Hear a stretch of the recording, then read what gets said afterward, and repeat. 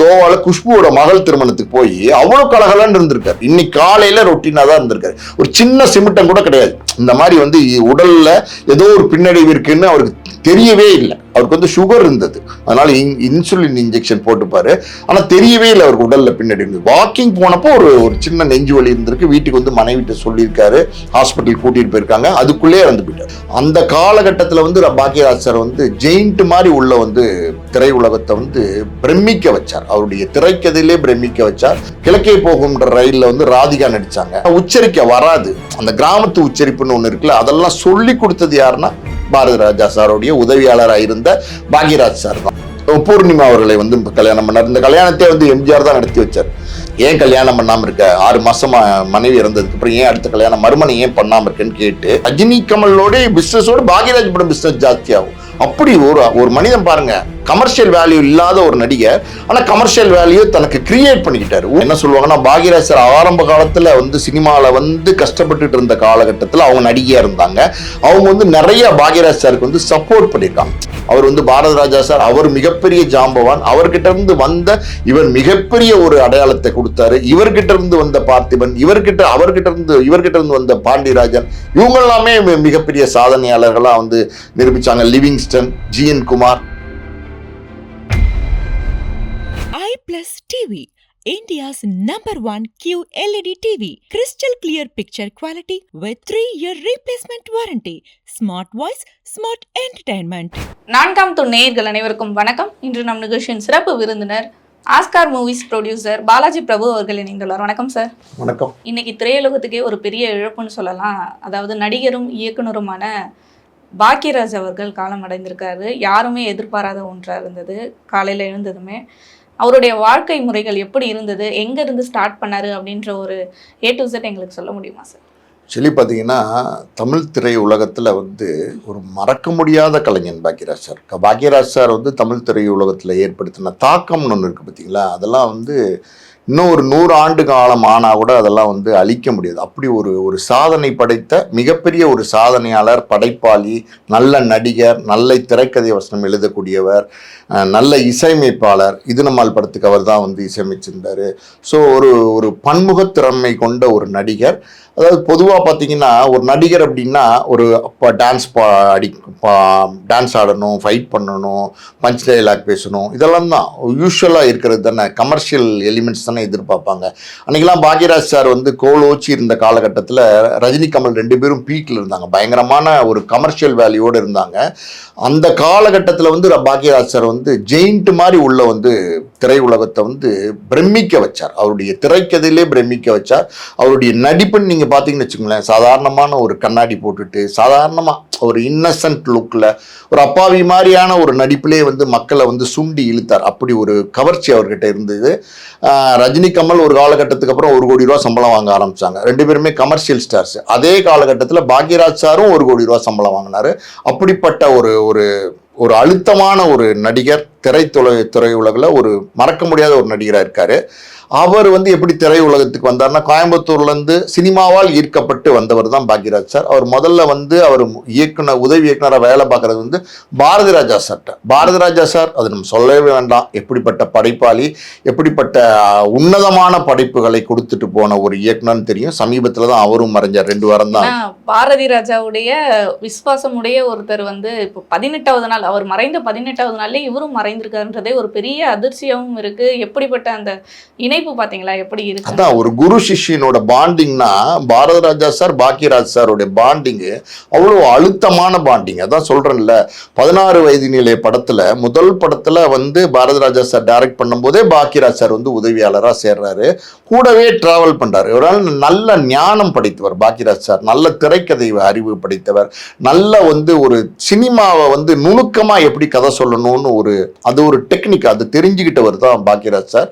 So அப்படி பாரதி ராஜா சாருடைய 16 வயது நிலையில ஒரு கேரக்டர், அவர் வந்து பார்த்தீங்கன்னா கவுண்டமணி கேரக்டர் வந்து, அந்த கேரக்டருக்கு கவுண்டமணியை வந்து சிபாரிசு பண்ணது வந்து பாக்யராஜ் சார் தான் பாரதி ராஜா சார்கிட்ட. அப்போ பாரதி ராஜா சார் கவுண்டமணி சாரை பார்த்துட்டு, பாக்கி வேற யாராவது வைக்கலாமா பாரதி அப்படின்ற மாதிரி கேட்குற, வேற யாராவது ஆர்டிஸ்ட் போடலாமான்னு. பாக்யராஜ் சார் சொல்றாரு, இல்லை சார் இவர் நல்லா இருப்பார் இந்த கேரக்டருக்கு, இவர் வந்து நாடகத்துல எல்லாம் நடிச்சு பிரபலமான ஒரு நடிகர், நல்லா நடிப்பார், எனக்கு தெரியும், என்ன நம்பி போடுங்க அப்படின்னு சொல்லி அந்த உத்தரவாதம் கொடுத்து அந்த கேரக்டர் நடிக்க வச்சது பாக்யராஜ் சார் தான். கவுண்டமணி இன்னைக்கு இவ்வளோ பெரிய ஸ்டாரா இருக்காருன்னா அது அந்த படம், அதாவது வந்து ரஜினி சொல்லுவாரு, அதாவது இது எப்படி இருக்கு அப்படின்னு ரஜினி சொல்லுவாரு, பக்கத்துல உட்காந்துட்டு பாத்தீங்கன்னா பத்த வச்சுட்டே பரட்ட, அதுதான் வந்து கவுண்டமணியை வந்து எல்லா பக்கமும் ரீச் பண்ண வச்சுச்சு. அந்த கேரக்டர் கொடுத்தது வந்து பாக்யராஜ் சார் தான் சிபாரிசு பண்ணார் பாரதி ராஜா சார்ட்ட. அதே மாதிரி அந்த பத்த வச்சுட்டே பரட்டைங்கிற அந்த ரஜினி டைலாக் இருக்கு பாத்தீங்களா, அதை எந்த மாடுலேஷன்ல சொல்லும், ரஜினிக்குன்னு ஒரு ஸ்டைல் இருக்கு, பட் இருந்தாலும் அதுல எல்லாம் வந்து பாக்யராஜ் சாருடைய பங்களிப்பு இருந்தது. கிழக்கே போகும்ன்ற ரயிலில் வந்து ராதிகா நடித்தாங்க. ராதிகா வந்து ஒரு லண்டனில் படித்த ஒரு மாடர்ன் கேர்ள். அவங்க வந்து பார்த்திங்கன்னா ஒரு கிராமத்து பொண்ணாக நடித்தாங்க. அவங்களுக்கு தமிழ் பெருசாக உச்சரிக்க, தமிழ் தான் ஆனால் உச்சரிக்க வராது. அந்த கிராமத்து உச்சரிப்புன்னு ஒன்று இருக்குல்ல, அதெல்லாம் சொல்லி கொடுத்தது யாருன்னா பாரதி ராஜா சாருடைய உதவியாளராக இருந்த பாக்யராஜ் சார் தான்.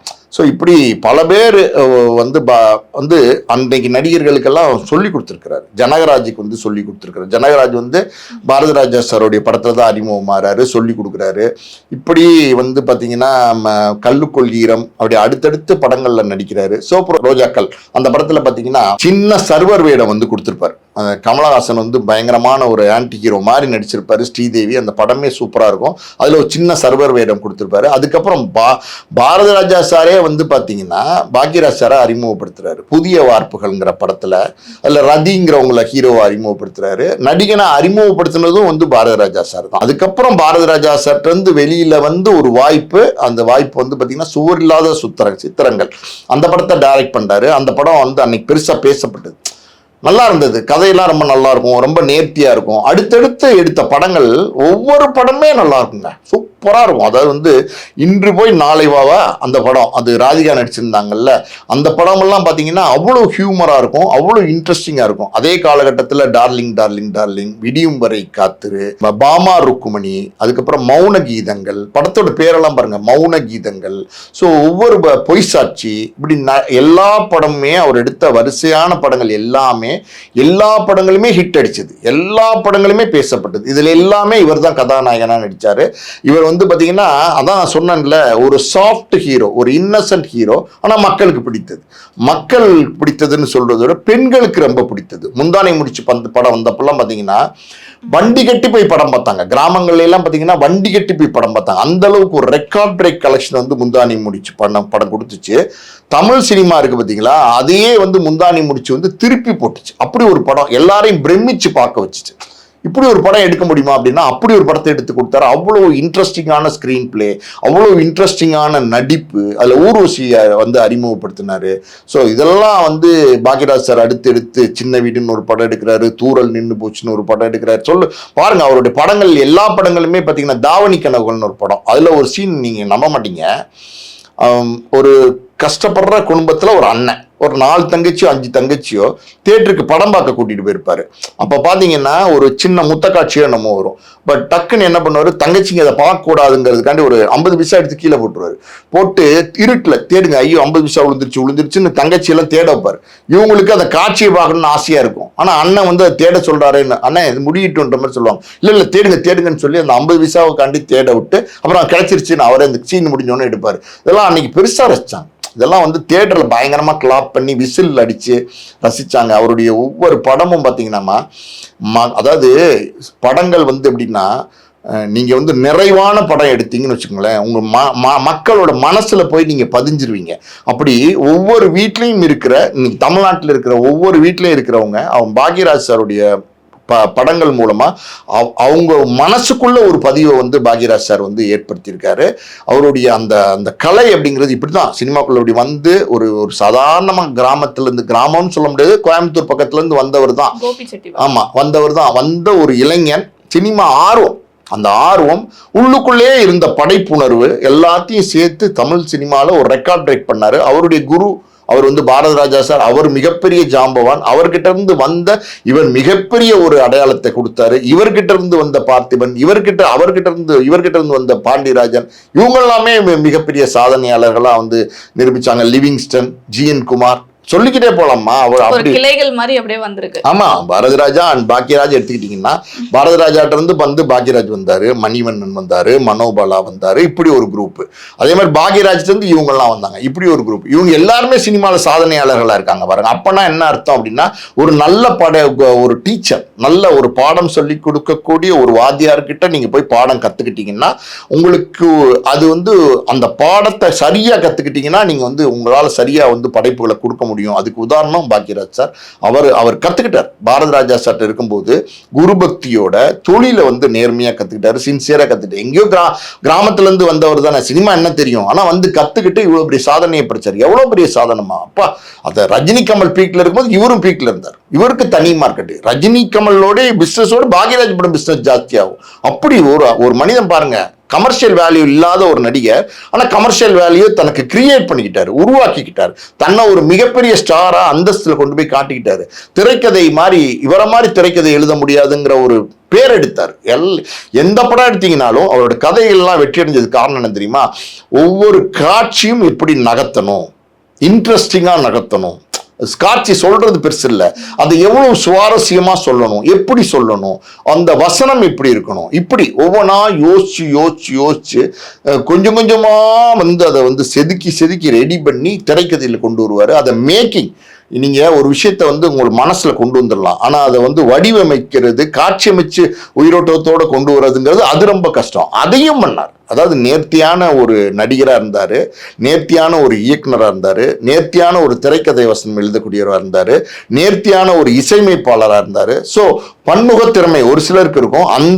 அந்த வகையில வந்த ஒருத்தர் தான் வந்து பாக்யராஜ் சார். இந்த மாதிரி பன்முகத்தன்மை கொண்ட ஒருவர், அவருடைய இறுதி சடங்கு இன்னைக்கு பார்த்தாலே தெரியும் அவர் எவ்வளவு பேரை சம்பாதிச்சு வச்சிருக்காரு அப்படின்றத அதை பார்த்தே புரிஞ்சுக்க முடியும் சார். அது மட்டும் இல்லாம அவருடைய பர்சனல் லைஃப் அப்படின்னு ஒன்று இருக்கு. இதுல முதல் மனைவியும் இருந்திருக்காங்க, இரண்டாவது மனைவியும் இருந்திருக்காங்க. பல செய்திகள் வருது, அவர் ஒரு மோதிரம் போட்டிருந்தாரு, அது வந்து முதல் மனைவி ஞாபகமா கடைசி வரை இப்ப வரைக்கும் அவரோட கையில இருக்கு அப்படின்ற மாதிரியான செய்திகள்லாம் வருது. அதோட பின்னணி என்ன சார்? ஆமா, முதல் மனைவி பிரவீனா அவர்களை வந்து ரொம்ப நேசிச்சு கல்யாணம் பண்ணார். எனக்கு தெரிஞ்ச இந்த பாமா ருக்மணின்னு ஒரு படம் சொல்றேன்ல, அந்த படத்துல அவங்க தான் ஹீரோயின் நினைக்கிறேன். அந்த படம் வந்து பாத்தீங்கன்னா ரெண்டு பேரும் அவ்வளவு நல்லா நடிச்சிருப்பாங்க. அதுல ஒரு காதல் ஏற்பட்டு தான் அவங்க வந்து திருமணத்துல அது முடிஞ்சது. இன்னும் சொல்லுவாங்க, என்ன சொல்லுவாங்கன்னா, பாக்யராஜ் சார் ஆரம்ப காலத்துல வந்து சினிமால வந்து கஷ்டப்பட்டுட்டு இருந்த காலகட்டத்தில் அவங்க நடிகையா இருந்தாங்க. அவங்க வந்து நிறைய பாக்யராஜ் சாருக்கு வந்து சப்போர்ட் பண்ணியிருக்காங்க.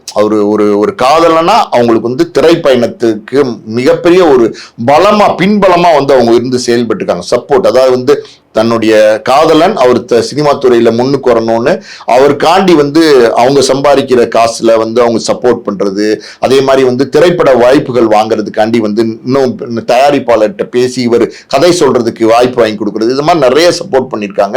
நல்ல தம்பதிகள் அவங்க பிரவீனா பாக்யராஜ் அவர்கள் ரெண்டு பேருமே. ஆனா வந்து துரதிர்ஷ்டம், அது என்ன நம்ம சொல்ல முடியும், ரொம்ப கல்யாணமான 1 வருஷம் 2 வருஷம் நினைக்கிறேன், அதுக்குள்ளேயே பாத்தீங்கன்னா அவங்க வந்து மரணிச்சிட்டாங்க. அவங்க ஒரு மஞ்சக்காமாலை நோய் ஏற்பட்டு அது காப்பாற்ற முடியாம போயிட்டாங்க. அதுக்கப்புறம் பூர்ணிமா அவர்களை வந்து கல்யாணம் பண்ணார். இந்த கல்யாணத்தை வந்து எம்ஜிஆர் தான் நடத்தி வச்சார். எம்ஜிஆர் வந்து பாக்யராஜை கூப்பிட்டு விட்டார். பிரவீனா அவர்கள் மறைவுக்கு அப்புறம், ஏன் கல்யாணம் பண்ணாம இருக்க, 6 மாசமா மனைவி இறந்ததுக்கு அப்புறம் ஏன் அடுத்த கல்யாணம் மறுமணம் ஏன் பண்ணாம இருக்கேன்னு கேட்டு ஒரு பிரியம். காரணம் என்னன்னா, எம்ஜிஆர் படங்களும் பாக்யராஜ் படங்களும் ஒரே மாதிரி இருக்கும். அவரும் நல்ல விஷயங்களை, அழகான குடும்ப படங்களை சொல்லுவாரு. அவருடைய ஸ்டைல் வேற, அதை கொஞ்சம் மாடிஃபை பண்ணி இந்த நவீனாகரிக காலத்துக்கு ஏற்ற மாதிரி இவர் வந்து கதை சொல்லுவார். இவருடைய கதை சொல்லலும் இவரும் அவருடைய கதை சொல்லு எம்ஜிஆருடைய படங்களும் ஒன்னா இருக்கும் கிட்டத்தட்ட. நீங்க ஆமா, அது ஒரு நெருக்கம் தாங்க. நீங்க வந்து அவரை மாதிரியே ஒரு கதை சொல்லக்கூடியவர். எம்ஜிஆரும் ஒரு சாஃப்ட் ஹீரோ தானே, ஒரு ரஃப் அண்ட் டஃபான ஹீரோ கிடையாது இல்ல. அந்த மாதிரி இவரும் இருந்தாருன்னும் போது ஏதோ ஒரு இணைப்பு, ஏதோ ஒரு பிரியம். அதை கூப்பிட்டு பேசினாரு. அன்னைக்கு வந்து பிரபலமா இருந்தார் பாக்யராஜ் சார். ஏன் கல்யாணம் பண்ணல அப்படின்னு சொல்லி கேட்டு அவர் தான் வந்து பூர்ணிமா அவர்களை வந்து சின்ன காதல் இருந்தது, எனக்கு தெரிஞ்சு டார்லிங் படம்னு நினைக்கிறேன். அதை வந்து அந்த கல்யாணத்தை நடத்தி வச்சது, தாலி எடுத்து கொடுத்தது எல்லாமே எம்ஜிஆர் அவர்கள் தான். ஸோ அந்த ஒரு பாக்யராஜ் சார் மேல எம்ஜிஆர் அவர்களுக்கு எப்பவுமே ஒரு பிரியம் இருந்திருக்கு. எல்லாருமே வந்து பாக்யராஜ் சாரை வந்து நேசிச்சிருக்காங்க. அது வந்து நம்ம ஒரு கலைஞன் எல்லார்கிட்டையும் எளிமையா, எல்லார்கிட்டையும் இனிமையா பழகக்கூடியவனா இருந்திருக்கிறாரு. ஸோ அந்த குடும்ப வாழ்க்கை நீங்க வந்து பாக்யராஜ் சாரும் எங்கள் அப்பாவும் ரொம்ப நெருங்கிய நண்பர்களாக இருந்திருக்காங்க.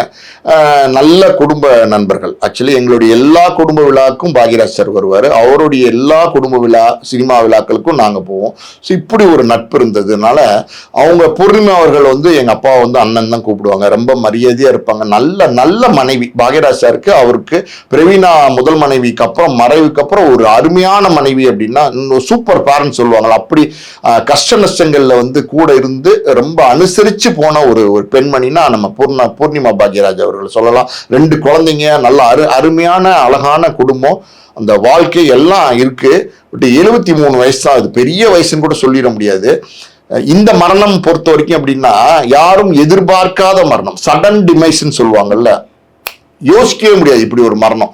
எனக்கெல்லாம் திடீர்னு காலையில ஒரு 10 மணி சுமாருக்கு வந்து பாக்யராஜ் சார் இறந்துட்டான்னு சொன்னப்ப நம்பவே முடியல. என்னால ஷாக் ஆயிடுச்சு. என்ன சொல்றீங்க அப்படின்னு ஒரு சின்ன தடுமாற்றம் வரும்ல, அப்படி ஒரு மரணமா தான் இது இருந்தது. தமிழ்நாட்டில் உள்ள எல்லாரையுமே இது உலுக்கிடுச்சு. ஏன்னா கடைசி நிமிடங்கள் அவருக்கு எப்படி இருந்திருக்கும்ன்றதுல என்ன நினைத்தாருன்னு தெரியல. ஏன்னா பல டிவி ஷோஸ்லேயே நம்ம பார்த்துருப்போம் அவரை, பல ரியாலிட்டி ஷோஸில் வந்திருக்காரு. அப்படி பார்த்த ஒருவர் இப்போ இல்லைன்றதை வந்து யாராலையுமே நம்ப முடியல, இன்னமும் அதை ஏற்றுக்க முடியல. எப்படியும் வந்து ஒரு சடனாக ஒரு டெத் வருமா அப்படின்ற மாரடைப்பில் இப்போ இறந்துட்டு தான் சொல்கிறாங்க. அவர் கடைசி நிமிடம் நீங்கள் சமீபத்தில் எப்போ பார்த்தீங்க சார்? எப்படி இருந்தார் அப்போ? நான் வந்து ஒரு சேனல், ஒரு யூடியூப் சேனல், ஒரு பிரபலமான எழுத்தாளர் அவர்களுக்கு வந்து ஒரு ஃபேன்ஸ் மீட் நடந்தது. அந்த மீட்டுக்கு வந்து தலைமை தாங்கினார் பாக்யராஜ் சார் தான் சீஃப் கெஸ்டாக வந்தார். அமீர் அவர்கள்லாம் கூட அதில் வந்து கலந்துக்கிட்டாங்க. அந்த விழாக்கு நானும் போயிருந்தேன். அப்போ ஒரு அரை மணி நேரத்துக்கு முன்னாடியே வந்துட்டார், விழா ஆரம்பிக்கிறதுக்கு முன்னாடி. அப்போ என்னை பார்த்து பேசிட்டு இருந்தார் ஒரு 10 நிமிஷம். எப்படி இருக்கீங்க, ஆனால் அப்பாவுக்கு நண்பர் இல்லை, எப்படி இருக்கீங்க, நல்லா இருக்கீங்களா, என்ன பண்ணுறீங்க, அதெல்லாமே கேட்டார். குடும்பம் எப்படி இருக்குது, எல்லாம் எத்தனை பிள்ளைங்க எல்லாம் கேட்டு பேசிட்டு இருந்தார் ஒரு 10 நிமிஷம். ஸோ அதுதான் என்னுடைய கடைசி மீட்டிங் பாக்யராஜ் சாரோட 8 மாதத்துக்கு முன்னாடி நடந்தது. எப்போவுமே வந்து ரொம்ப கனிவாதமாக பேசுவார். நான் பேசின வகையில் நிறைய நேரங்களில் பாக்யராஜ் சாரை பார்த்துருக்கேன், ஃபோனில் பேசியிருக்கேன். இன்னும் கூட ஒரு படி சொல்லணும் அப்படின்னா, ஞானப்பழம்னு ஒரு படம் பண்ணார். அந்த படம் பண்ண ஆர்பி விஸ்வம்னு ஒரு நடிகர், அவர் வந்து பார்த்தீங்கன்னா அந்த படத்தை டைரக்ட் பண்ணார். அவர் அந்த படத்தினுடைய டிஸ்கஷனுக்கு நான் கலந்துக்கிட்டேன். காலேஜ் முடிச்ச காலகட்டங்களில் ஒரு மாதம் நடந்தது. ஒரு மாதம் பாக்யராஜ் சாரோட ரொம்ப நெருங்கி டிராவல் பண்ணியிருக்கேன். அப்போ அவர் உணவு பழக்கம்லாம் பார்த்தீங்கன்னா இவ்வளோதான் சாப்பிடுவார். இவ்வளோதான், ஒரு கப் ரைஸ் சாப்பிடுவார், வெஜிடபிள் சாப்பிடுவார், கீரை சாப்பிடுவார், அதுக்கு மேலே சாப்பிட மாட்டார். 11 o'clock ஒரு சூப்பு, சாயந்தரம் ஒரு சூப்பு, அப்படிதான் சிஸ்டமேட்டிக் லைஃப் ஸ்டைலில் இருந்தார் பாக்யராஜ் சார். நல்ல ஒரு எப்படி சொல்றது, ஒரு அந்யோன்யமான பழக்கம் வந்து பாக்யராஜ் சாருக்கு இருந்தது. ஸோ அவரை மாதிரி மனிதரெல்லாம் பார்க்க முடியாது. உண்மையாலுமே வந்து ஒரு சிறப்பான மனிதர், ஒரு நல்ல மனிதர். இவ்வளோ சீக்கிரம் ஒரு இறப்பு அவருக்கு வருமா அப்படின்னா நமக்கு யோசிச்சு கூட பார்க்க முடியல. ஏன்னா என்ன சொல்றாங்கன்னா, கோவால குஷ்புவோட மகள் திருமணத்துக்கு போய் அவ்வளோ கலகலன்னு இருந்திருக்காரு. எல்லாத்துட்டையும் நல்லா பேசியிருக்காரு. எப்பவுமே நல்லா தான் பேசுவார், சிரிப்பா இருக்கும் அவர் பேசுறது, ஹியூமரா இருக்கும். கலகலன்னு பேசிட்டு இருந்துட்டு அந்த காலையில கல்யாணத்துக்கு போனவர் டிஃபனு, மத்தியான சாப்பாடு எல்லாம் முடிச்சு ரூமுக்கு வந்து கொஞ்சம் நேரம் ரெஸ்ட் எடுத்துட்டு இரவு விமானத்துல வந்திருக்காரு. முந்தானத்து தான் வந்திருக்காரு அந்த கோவா கல்யாணத்தை அட்டன் பண்ணிட்டு. நேற்றுக்கு ரொட்டீனா தான் இருந்திருக்காரு, இன்னைக்கு காலையில ரொட்டீனா தான் இருந்திருக்காரு. ஒரு சின்ன சிமிட்டம் கூட கிடையாது. இந்த மாதிரி வந்து உடல்ல ஏதோ ஒரு பின்னடைவு இருக்குன்னு அவருக்கு தெரியவே இல்லை. அவருக்கு வந்து சுகர் இருந்தது, அதனால இன்சுலின் இன்ஜெக்ஷன் போட்டுப்பாரு. ஆனா தெரியவே இல்லை அவருக்கு உடல்ல பின்னடைவு. வாக்கிங் போனப்போ ஒரு சின்ன நெஞ்சு வலி இருந்திருக்கு. வீட்டுக்கு வந்து மனைவிட்ட சொல்லியிருக்காரு, ஹாஸ்பிட்டல் கூட்டிட்டு போயிருக்காங்க. அதுக்குள்ளே இறந்து போயிட்டார். Apollo hospital cream road road தான் கூட்டு போயிருக்காங்க. அவரே நினைச்சு பார்த்திருக்க மாட்டாரு. 1% கூட இன்னும் 1 மணி நேரத்துக்குள்ள நம்ம இறந்துருவோம்னு நினைச்சே பார்த்திருக்க மாட்டாரு. அதான் சொல்றேன்ல, மனித வாழ்க்கை நிரந்தரமற்றதுன்னு எல்லா இடத்துலையும் பல பேர் பதிவு பண்ணிட்டே இருக்காங்க. ஒவ்வொரு மரணமும் நடக்கும்போது பாத்தீங்கன்னா இந்த பதிவுகள் இருந்துகிட்டே தான் இருக்கு. எதுவுமே வாழ்க்கையில நிரந்தரம் இல்லை, நம்ம எதையும் கொண்டு போறது இல்லை, இதெல்லாம் பதிவுகள் இருந்துகிட்டே தான் இருக்கு. ஆனா அந்த சனம், அந்த ஒரு நிமிடம் நம்ம யோசிக்கிறோம், ஆமா அது உண்மைதானே அப்படின்னு யோசிக்கிறோம். ஆனா அடுத்த நிமிஷம் வந்து மனிதன் மனது வந்து குரங்கு மனசு மாதிரி தாவி ஆடம்பர வாழ்க்கை, திமிரு, ஆணவம், தெனாவட்டு எல்லாத்துக்கும் மனசு மாறிடுது. ஆனா வாழ்க்கை என்பது இதுதான் நிதர்சனமான உண்மை. என்னைக்கு என்ன நடக்கும், எப்ப நடக்கும்னு தெரியாது. அதுதான் அவருடைய விஷயத்துல நடந்திருக்கு. கண்டிப்பாக சார். பாக்யராஜ் சாரை பற்றின பல விஷயங்கள், ஒரு ஃபேமிலி ஃப்ரெண்டாக வந்து பல விஷயங்கள் எங்ககிட்ட ஷேர் பண்ணிக்கிட்டீங்க. நிறைய நாங்களும் தெரிஞ்சுக்கிட்டோம், நம்ம நேயர்களும் தெரிஞ்சுப்பாங்க. இது போன்ற பல நிகழ்வுகளை பற்றி தொடர்ந்து பேசுவோம் சார். நன்றி. பாக்யராஜ் அவர்களுக்கு நம்மளுடைய ஆழ்ந்த இரங்கலையும் தெரிவிச்சுக்கிறோம். அவருடைய ஆத்மா சாந்தி அடைய நம்ம ஆண்டவனையும் பிரார்த்திப்போம்.